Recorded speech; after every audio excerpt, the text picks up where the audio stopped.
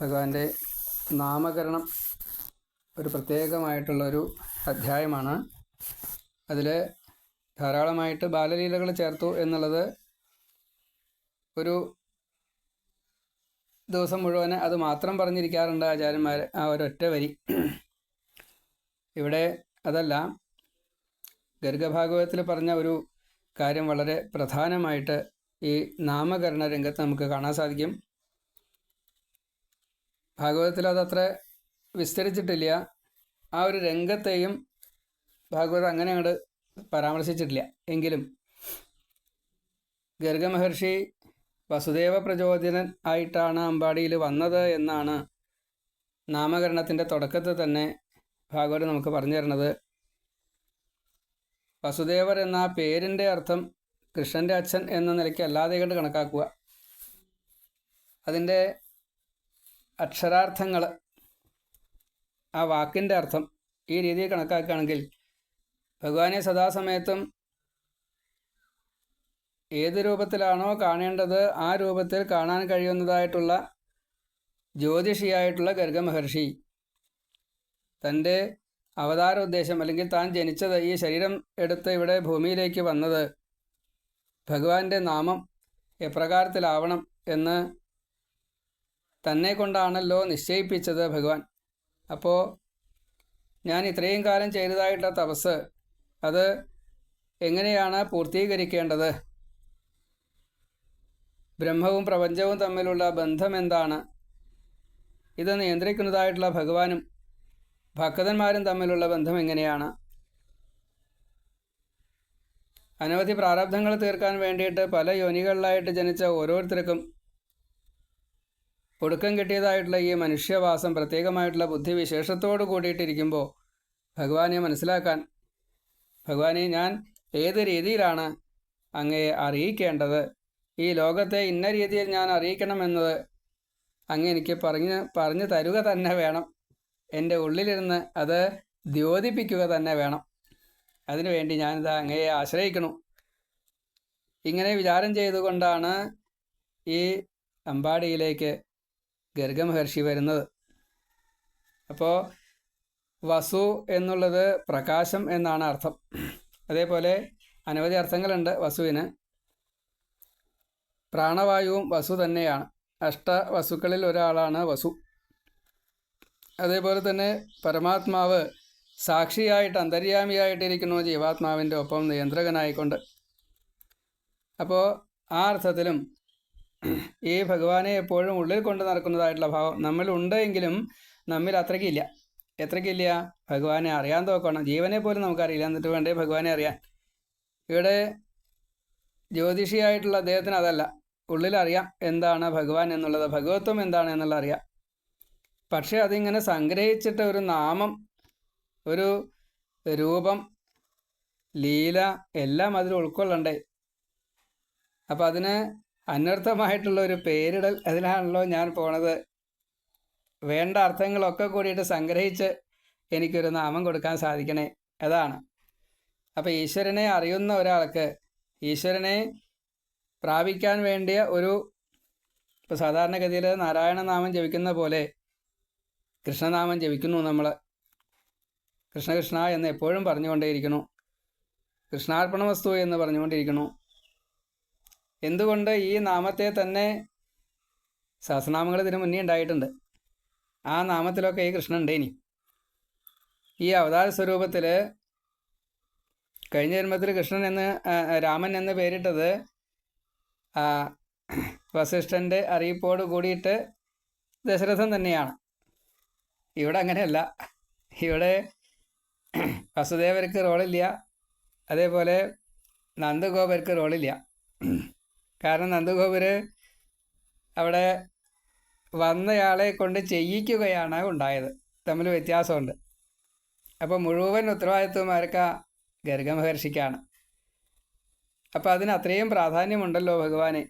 അതുകൊണ്ടാണല്ലോ ഈ പരിപൂർണ തമത്വം അത് ഈ പേര് തന്നെ അറിയിക്കണമല്ലോ, അത്ര ചിന്തിച്ചു എന്നാണ്. അതുകൊണ്ടാണ് 5 വരിയിലായിട്ട് ഗർഗഭാഗവതം നമുക്ക് പറഞ്ഞു തരുന്ന നാമത്തിൻ്റെ അക്ഷരം അത് പ്രത്യേകമായിട്ട് വേർപിരിച്ചു ആ വേർപിരിച്ച അക്ഷരത്തിൻ്റെ ഓരോന്നിനും ഇന്നതാണല്ലോ അർത്ഥം. അതിനെ വിസ്തരിക്കുകയാണ്. കൃഷ്ണൻ എന്നുള്ള വാക്കിനെ 6ആക്കിയിട്ട് തിരിച്ചു കഴിഞ്ഞാൽ ക് എന്നും ഋ എന്നും കൂട്ടിച്ചേർത്താൽ കൃ എന്നായി. ഷ് എന്നും ന എന്നും ആ എന്നും കൂട്ടിച്ചേർത്താൽ കൃഷ്ണ എന്നായി. വിസർഗം കൂട്ടിച്ചേർത്ത 6ആയി. ഇങ്ങനെ 6 ഭാവം. ഈ 6 ഭാവം കൊണ്ട് പ്രപഞ്ചവും ബ്രഹ്മവും ജീവാത്മാവും പരമാത്മാവും പ്രകൃതിയുമായിട്ട് ബന്ധപ്പെട്ടതായിട്ടുള്ള ദേഹത്തിൻ്റെ അവസ്ഥയും എങ്ങനെയാണ് മുക്തിപഥത്തിലേക്ക് എത്തേണ്ടത് എന്നുള്ള ആ സന്ദേശവും ഒക്കെ ആ നാമത്തിലുണ്ട്. കകാര കമലാകാന്ത, സ്ഥാനമാകുന്ന താമര. ആ താമരയിലാണ് ജീവൻ ശരീരത്തോട് ചേർന്ന് ഈ പ്രപഞ്ചത്തിലേക്ക്, പ്രപഞ്ചത്തെ തന്നെ ഭൂമിയിലേക്ക് പ്രത്യേകം എന്ന് പറയുന്നുണ്ട്. ദേവനായാൽ ഭൂമിയിലല്ല, മറ്റ് ആസുരഭാവത്തിലാണെങ്കിൽ അത് താഴെയാണ്. ആ വ്യത്യാസം നല്ലോണം അറിയുന്നതായിട്ടുള്ള ഗർഗമഹർഷി മുക്തിക്ക് ഏറ്റവും നല്ലത് ഭൂമിയിൽ ജനിച്ചാൽ മാത്രമല്ലേ സാധിക്കുള്ളൂ. അപ്പം അതുകൊണ്ട് ഭൂവാസം, മർത്യനായാലും വേണ്ടില്ല, മറ്റ് ജീവികളായാലും വിരോധമില്ല. എങ്കിലും മർത്യർക്ക് കുറച്ചുകൂടി അധികം ഉണ്ടല്ലോ. മനീഷയുള്ളവൻ മനുഷ്യൻ എന്നാണല്ലോ. അപ്പോൾ സ്ഥാനത്തിന് വളരെയധികം പ്രാധാന്യം. ഭഗവാൻ അതേ രൂപത്തിലാണ്, മനുഷ്യൻ്റെ രൂപത്തിലാണല്ലോ ഇവിടെ വന്നിരിക്കുന്നത്. സകല സ്വരൂപത്തിൽ മായയെ മറികടക്കാൻ തന്നെ ആശ്രയിച്ചാൽ മതി എന്ന് പറയുന്ന ഭാവം അതുമുണ്ട് ഭഗവാന്, കൃഷ്ണസ്വരൂപന്. അപ്പോൾ അത് സ്ഥാനത്ത്, സ്ഥാനം എന്നുള്ള ഈ ഭൂമിയിൽ, അതിൽ ഈ ക്ഷേത്രജ്ഞനായിട്ടുള്ള ഭഗവാൻ ക്ഷേത്രത്തെ സ്വീകരിച്ചത് മനുഷ്യരൂപത്തിലാണ്. അതുകൊണ്ട് കകാര കമലാകാന്ത. ഇനി ലക്ഷ്മീപതിയുടെ ഭർത്താവ് എന്നർത്ഥം വേറെ, അതതിൻ്റെ വാച്യാർത്ഥം, പ്രത്യക്ഷാർത്ഥം. ഇനി ഋകാരം രമയതീതി, എല്ലാവരെയും സന്തോഷിപ്പിക്കുക എന്നത് ഭഗവാന്റെ ഒരു പ്രത്യേകതയാണ്. കൃഷ്ണൻ മാത്രമേ എല്ലാവരുടെയും കടം വീട്ടിയിട്ടുള്ളൂ. സാധാരണഗതിയിൽ കടം വീട്ടുക എന്ന് പറഞ്ഞാൽ, കടം വീട്ടിക്കഴിഞ്ഞാൽ ഒരു സന്തോഷം എങ്ങനെയായാലും ഉണ്ടാവും. അപ്പോൾ പലതരത്തിൽപ്പെട്ടതായിട്ടുള്ള അനുഗ്രഹങ്ങളാണ് ഭഗവാൻ ഓരോരുത്തർക്കും കൊടുത്തത് എന്ന് സാരം. ഋകാര രമയതീതി. നമ്മളിന്ന് കൃഷ്ണൻ്റെ നാമം, കൃഷ്ണൻ്റെ രൂപം, കൃഷ്ണൻ്റെ ലീല, കൃഷ്ണൻ ഇരിക്കുന്ന ക്ഷേത്രങ്ങൾ, കൃഷ്ണനെ ആരാധിക്കുന്ന ഭക്തന്മാർ, ഇങ്ങനെ ഓരോരുത്തരും നമ്മൾ പുറമേ നിന്ന് വീക്ഷിക്കുമ്പോൾ പോലും നമുക്ക് ആനന്ദം ഉണ്ടാകുന്നുവെങ്കിൽ ഇനി ഇതിൽ കൂടുതൽ രമയതി വേറെ എന്താ രമിപ്പിക്കാനുള്ളത്? ഇനി ഷകാരം, ഷഡ്ഗുണവതി ഭഗവാൻ. ഐശ്വര്യം, വീര്യം, ശ്രീ, യശസ്, ജ്ഞാനം, വൈരാഗ്യം എന്ന 6ഉം, അതേപോലെ തന്നെ അണിമാദികൾ, അഷ്ടൈശ്വര്യം എന്നാണ് പറയാച്ചാലും 23 സിദ്ധികൾ, അതിന് ഉടമയായിട്ടുള്ള 29 തത്വാധിഷ്ഠിതമായ പരിപൂർണ തമത്വം ആണ് ഷഡ്ഗുണവതിയായിട്ടുള്ള ആ ഭഗവാനുള്ളത്. ഇനി നകാരം, നകാരോ ഭഗവാൻ സ്വയം, നരസിംഹരൂപത്തിലാണത്രേ നകാരം. അപ്പോൾ ആ നരസിംഹരൂപിയായിട്ടുള്ള ഭഗവാൻ, നമ്മൾ സാധാരണ ആചാര്യന്മാർ പറയണത് കേൾക്കാം, ഈ നരസിംഹത്തിന് പ്രത്യേകത ഉണ്ട്, പല്ലും സിംഹത്തിൻ്റേതായിട്ടുള്ള മുഖവും കാര്യങ്ങളൊക്കെയാണ്. പക്ഷേ ആ സിംഹത്തിനെ പേടിക്കണ്ട, സിംഹം അങ്ങോട്ട് വിഴുങ്ങിയാലും ഒട്ടും പരിഭ്രമിക്കേണ്ട ആവശ്യമില്ല. പക്ഷേ വിഴുങ്ങി അതോട് കൂടിയിട്ട് മുക്കുതിയാണ്. ചിരിച്ചും കൊണ്ട് നിൽക്കണ ആ കൃഷ്ണനുണ്ടല്ലോ, കടിച്ചു കഴിഞ്ഞാൽ എത്ര കാലമാണോ ഈ വേദന അനുഭവിക്കേണ്ടത് അത്രയും കാലം വേദന അനുഭവിപ്പിച്ചിട്ടേ ഭഗവാൻ വിടൂ. അപ്പോൾ വിഴുങ്ങണ നരസിംഹമാണ് കൂടുതൽ നല്ലത്, ഈ കടിച്ചിട്ട് വേദനിപ്പിക്കുന്ന കൃഷ്ണനെ അല്ല. നമ്മൾ കൃഷ്ണൻ കടിക്കുമെന്ന് ചിന്തിച്ചിട്ട് പോലുമില്ല. എപ്പോഴും നമ്മളെ കളിക്കൂട്ടുകാരനായിട്ട്, നമ്മൾ പറഞ്ഞാൽ കേൾക്കണ ബാല്യക്കാരനായിട്ട് ഗോപികളെ പോലെ കണക്കാക്കണു. കൃഷ്ണൻ അങ്ങനെയാണ് എല്ലാവർക്കും. പക്ഷേ കൃഷ്ണൻ്റെ ശിക്ഷ അനുഭവിപ്പിച്ചും കൊണ്ടാണ്, നല്ലോണം അനുഭവിപ്പിക്കുമെന്നാണ്.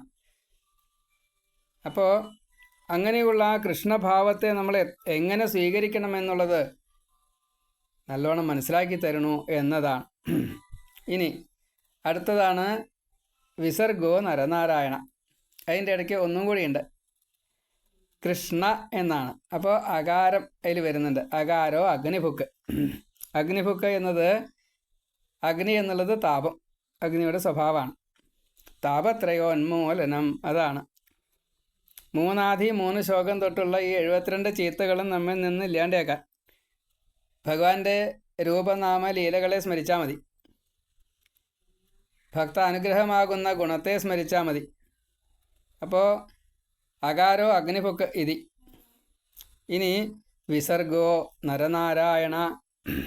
നരനായിട്ടും നാരായണനായിട്ടും മർത്യഭാവത്തിൽ നമ്മുടെ ഉള്ളിൽ സാക്ഷിയായിട്ടിരിക്കുന്ന ഭഗവാനെയും ജീവാത്മാവിനെയും നമുക്ക് അറിയാനുള്ള എല്ലാവിധ ജ്ഞാനത്തെയും ഭഗവാൻ വ്യാസനായിക്കൊണ്ട് നമുക്ക് അറിവ് തരുന്നതായിട്ടുള്ള ഗ്രന്ഥങ്ങളിലൂടെ എത്രയോ ഗ്രന്ഥത്തെ പഠിച്ച് എത്രയോ ആചാര്യന്മാർ ശ്രുതികളായിട്ടും സ്മൃതികളായിട്ടും നമുക്ക് തന്നിരിക്കുന്നു. ആ സ്മൃതികളെ പഠിച്ചാൽ മതി. നാരദാദി മഹർഷിമാരെ പോലെയുള്ള മഹാഋഷികൾ നാരദ പഞ്ച അല്ലെങ്കിൽ നാരദ ഭക്തി സൂത്രം, നാരദ പഞ്ചരാത്ര എന്തായാലും വിരോധമില്ല. 25,000 ഗ്രന്ഥത്തോളം സ്വരൂപിച്ചിട്ടുള്ള ആ ഗ്രന്ഥം അങ്ങനെയില്ല. ധാരാളം ഗ്രന്ഥങ്ങളിലൂടെ നമുക്ക് ഭഗവാനെ മനസ്സിലാക്കി തരുന്നു. എല്ലാ ഗ്രന്ഥത്തിലും കൃഷ്ണ പരാമർശമുണ്ട്. കൃഷ്ണനെ പരാമർശിക്കാത്തതായിട്ടുള്ള ഒരു ഗ്രന്ഥം പോലുമില്ല. ശൈവ ആയിക്കോട്ടെ, ശാക്തയായിക്കോട്ടെ, വൈഷ്ണവായിക്കോട്ടെ, ഏത് മാർഗത്തിലായാലും സൗരം, ഗാണപത്യം, പാശുപതം ഇങ്ങനെയൊക്കെ മാർഗങ്ങളുണ്ട്.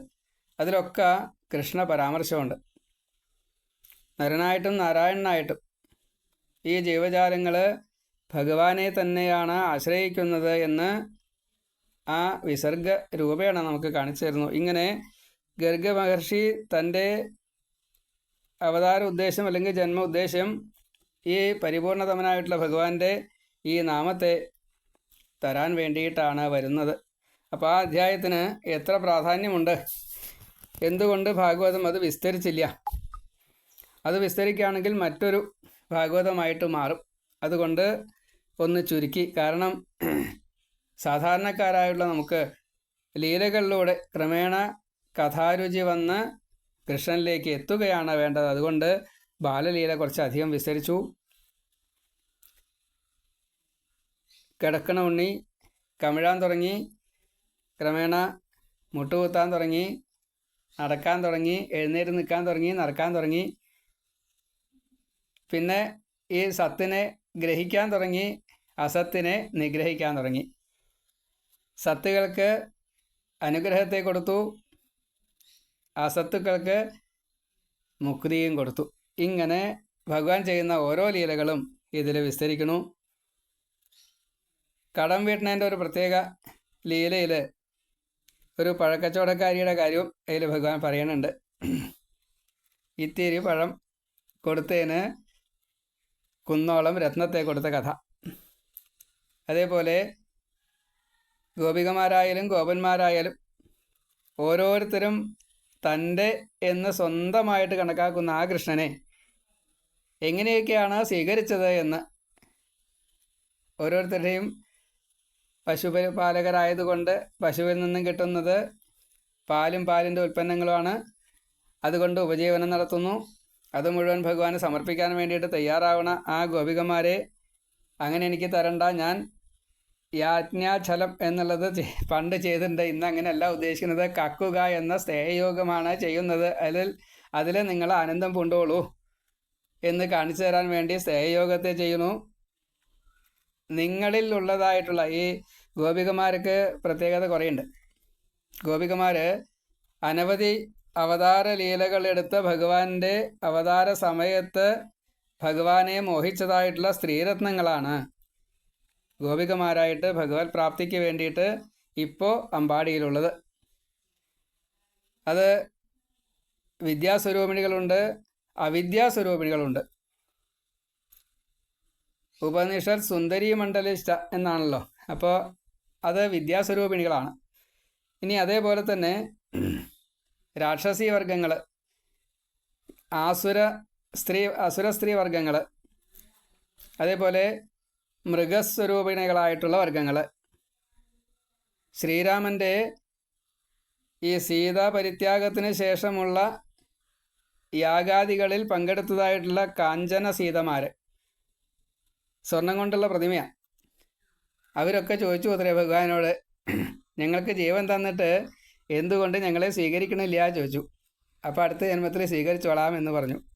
അങ്ങനെ കാഞ്ചന സീതമാർ ഇങ്ങനെ 11 ഗണത്തിൽപ്പെട്ടത് 110 വിഭാഗത്തിൽപ്പെട്ടതായിട്ടുള്ള 110 കോടി ഗോപികമാരാണ് ഈ ഗോപാലലീലയിൽ പങ്കെടുക്കാൻ വേണ്ടിയിട്ട് അമ്പാടിയിൽ ഗോപികമാരായിട്ട് ജനിച്ചത്. അവർ കൃഷ്ണനെ തന്നിലേക്ക് ആവാഹിക്കുകയാണ് ഉണ്ടായത്, കൃഷ്ണനിലേക്ക് അവർ ലയിക്കുകയാണ് ഉണ്ടായത്. അപ്പോൾ ആ ലീല എങ്ങനെയാണ് വിസ്തരിക്കുക? എളുപ്പമല്ല. ഇനി ഇവിടുന്ന് അങ്ങോട്ട് ഭഗവാന്റെ അംശങ്ങളായിട്ടുള്ള ഭഗവത് പ്രചോദിതമായിട്ട് പല ജോലികൾ ചെയ്യുന്നതായിട്ടുള്ള അഷ്ടദിക്പാലകന്മാർ ഉൾപ്പെടെയുള്ള ത്രിമൂർത്തികളായാലും വേണ്ടില്ല, ആരായാലും വേണ്ടില്ല, എല്ലാവരും ഭഗവാന്റെ ഈ കൃഷ്ണനെ അറിയാൻ വേണ്ടിയിട്ട് വരുന്നു. കൃഷ്ണൻ്റെ മുമ്പിൽ സാഷ്ടാംഗം നമസ്കരിച്ചുകൊണ്ട് ജയപരാജയം എന്നൊന്നും പറയാൻ നിവൃത്തിയില്ല കേട്ടോ. എങ്കിലും അങ്ങനെയാണല്ലോ നമ്മൾ ഇന്ദ്രൻ പരാജയപ്പെട്ടു എന്നൊക്കെ പറയും, അഹങ്കാരം തീർത്തു എന്നൊക്കെ പറയും. അതൊന്നുമില്ല, ലീല ആസ്വദിക്കണു എന്നുള്ളതാണ്. അങ്ങനെ ഓരോരുത്തരെയും നമുക്ക് ആ കൃഷ്ണനിലൂടെ കാണാൻ സാധിക്കുന്നു. അപ്പോൾ അതെല്ലാം സ്മരിച്ചുകൊണ്ട് ആ കൃഷ്ണനാമത്തെ ചെയ്യുന്ന, അതേപോലെ 4 ഭാഗമായിട്ടാണല്ലോ ഭഗവാൻ വന്നത്. ഏട്ടൻ്റെ സ്ഥാനത്ത് കർമ്മമായിട്ട് ശേഷം തന്നെ വന്നു അനന്ത ഭഗവാൻ. അതുകൊണ്ട് സംഘർഷണൻ എന്ന് പേര് കൊടുത്തു. അതേപോലെ പുത്രൻ്റെ സ്ഥാനത്ത് ബുദ്ധിയെ കൊണ്ടുവന്നു പ്രദ്യുമ്നനായിട്ട്. അതേപോലെ പേരക്കുട്ടനായിട്ട് ലാളിക്കേണ്ടതായിട്ടുള്ള മനസ്സിൻ്റെ സ്ഥാനത്ത് അനിരുദ്ധൻ വന്നു. അതെല്ലാം ഭാവിയിൽ വേണ്ട കാര്യങ്ങളാണ്. അത് ഇപ്പോൾ പരാമർശിക്കാൻ നിവൃത്തിയില്ലല്ലോ, അതുകൊണ്ട് അതിനെ പറഞ്ഞില്ല എന്ന് മാത്രമേ ഉള്ളൂ. എങ്ങനെയായാലും അങ്ങനെയുള്ള കൃഷ്ണനെ നമുക്കും സ്വീകരിക്കാൻ ഭഗവാൻ തന്നെ നമ്മെ അനുഗ്രഹിക്കുമാറാകട്ടെ. നമുക്ക് ആ രംഗങ്ങളിലൂടെ ഭാഗവതത്തിൽ എന്താണോ പറഞ്ഞത് അതിൻ്റെ ചുരുക്കെഴുത്തിലൂടെ നമുക്ക് മനസ്സിനെ കൊണ്ടുപോകാം. സർവത്ര ഗോവിന്ദനാമ സങ്കീർത്തനം. ഗോവിന്ദ ഗോവിന്ദ. ശ്രീ ഗുരുവായൂർ